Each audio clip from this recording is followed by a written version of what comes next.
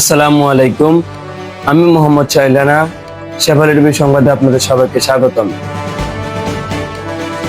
আজকের বিষয় নোয়াখালী সদর উপজেলার আলোচিত ৯ নং কালাদরব ইউনিয়ন স্বেচ্ছাসেবক দলের কমিটিকে ঘিরে যত আলোচনা সমালোচনা।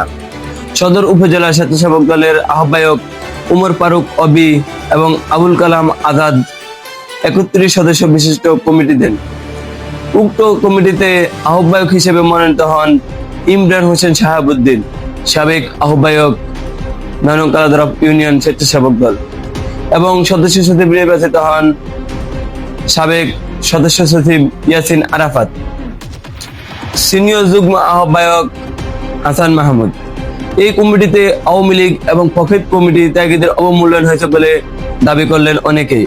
৩১ সদস্যের মধ্যে সদস্য সচিব সহ প্রায় ২৬ জন পদত্যাগ করেন, এবং যারা বাকি রয়েছেন আহ্বায়ক ইমরান হোসেন শাহাবুদ্দিন, সিনিয়র যুগ্ম আহ্বায়ক মোহাম্মদ হাসান মাহমুদ, সিনিয়র যুগ্ম আহ্বায়ক ফারুক হোসেন মিরু, মোহাম্মদ শহীদ, মোহাম্মদ দেলোয়ার, ফয়সাল সহ আরো অনেকেই সদর উপজেলা স্বেচ্ছাসেবক দলের আহ্বায়ক, সদস্য সচিব এবং জেলা বিএনপির নেতৃবৃন্দের সাথে দেখা করেন, এবং তারা জেলা স্বেচ্ছাসেবক দলের সভাপতি সাবের হোসেন চৌধুরীর সাথে দেখা করেন, মিষ্টি বিতরণ করেন এবং ফুলের শুভেচ্ছা বিনিময় করেন। তারা সবাই একসাথে দলের এবং ধানের শীষের জন্য কাজ করবেন বলে জানিয়েছেন। এই ছিল এখনকার মতো।